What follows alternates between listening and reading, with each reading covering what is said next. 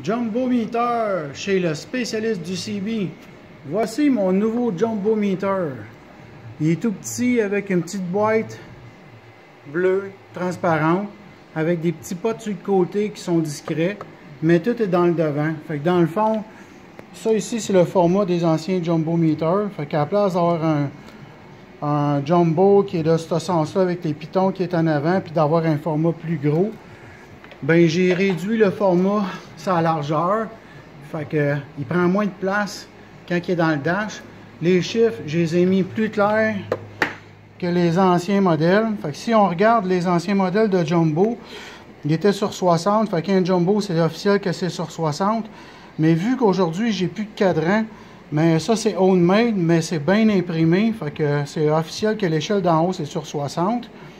Le wattage qui est sur 10 watts, qui ne servait pas à grand chose.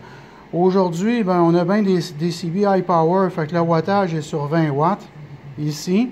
Et puis moi, ben, j'ai rajouté l'échelle que si on met ce Jumbo-là sur un meter qui a le Standing Wave dessus, comme le Cobra 29 ou le 148 GTL, ou peu importe, ben, on a quand même l'échelle du Standing Wave qui peut être possible de le calibrer avec un pourcentage de Standing Wave que moi-même j'ai comme inventé, à cause que quand je décide que c'est 3 de Standing Wave, si, admettons, c'est 3 de Standing Wave ici, ça veut dire que si ton CB a 3 watts et demi, ça veut dire qu'il ne reste même pas 10% de ton 3 watts et demi. Ici, tu travailles à 2.5 de Standing Wave, tu es à 25% environ. Fait que quand tu fais 2, ça marche, mais ça marche pas. Donc, si tu as 3 watts et demi, ça veut dire qu'il t'en reste la moitié au bout du fil. Fait que le wattage là, varie selon le Standing Wave. Puis plus que tu te rapproches du 1.5, plus que tu fais 80%. Et puis quand que l'aiguille ne bouge pas pantoute, tu fais 100%. Ça, c'est une échelle en pourcentage que j'ai gradué par rapport au Standing Wave. Parce que le Standing Wave, c'est une lecture qui est pas grand-chose. 1.5, c'est quoi? Fait que moi, je l'ai mis en pourcentage. Naturellement, quand on fait plus que 3 de Standing Wave, selon l'antenne, dans le rouge, c'est dangereux pour le CB. Donc, ce Jumbo-là, mon but à moi, c'est qu'il soit le plus petit possible. Et puis, si on le regarde de tous les bords, tous les côtés, ben, il n'est pas comme gros. Les ajustements, ben, je les ai mis sur le côté.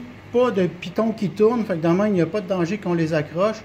Fait qu'il y en a un qui va changer l'intensité des lumières avec des LEDs naturellement. La couleur verte, c'est elle qui ressort le plus. Puis l'autre, ben, c'est l'intensité de l'aiguille qui est en bas. Fait qu'un coup que lui, il est calibré à 60, ben, on touche plus à ça. Parce que bien souvent, avec un piton rond, mais ça tourne. Fait que si on regarde, encore une fois, par rapport à avant, si je les mets un par-dessus l'autre, mon échelle est presque aussi grosse que dans le temps du Jumbo qui était fait par Cardin, mais qui n'existe plus. Puis même le mien, il a 100 microampères à la place de 200 microampères, donc il prend encore moins de courant si on le met sur un CB qui est original. Fait qu'il se pose sur tous les modèles. Fait que ceci était Jumbo S Meter de Jacques Radio Communication, le spécialiste du CB au Québec.